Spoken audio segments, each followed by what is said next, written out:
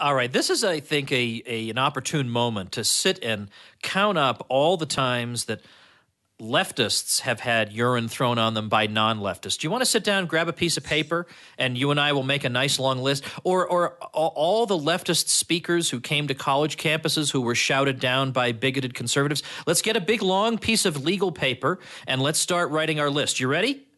Okay, I'm done. I think I fail. Yeah. See, this is the issue here. And I know that there is a sliver of my audience that this is like fingernails on a chalkboard for them, because some of them come from the left and now they've become libertarians. But on the other hand, there are people who come from the left to become libertarians and say, yeah, you're right, they are that crazy, and that's why I'm so glad to be away from them. I mean, I have plenty of complaints that I make about conservatives, and I am critical of the neoconservatives on this show to a point, almost to a fault. I almost get complaints about it from time to time.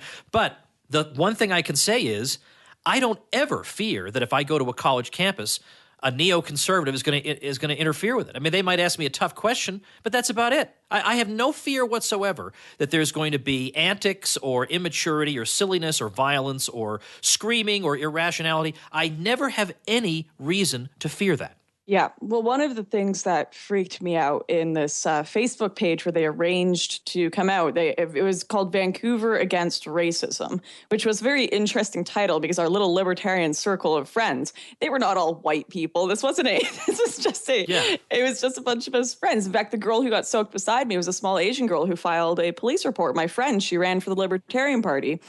And they were posting in the group, the left needs to stop being afraid to use violence to combat ideas they don't like. Because they've always been so afraid of that, right? Yeah, exactly. But I was looking at it because a few people in the group were being like, okay, let's not be violent. It could actually hurt our arguments if we go out there. And I'm like, wow, these people actually have it together. But so many people, the amount of people in the group attacking those people who wanted to come and peacefully protest was unreal. It was unreal. And it's very sad. It's very sad that in today's age, we can't sit down and just have a battle of ideas. I would have invited them in for beers with us to discuss freedom of speech, but yeah, no doubt, they showed up in balaclavas.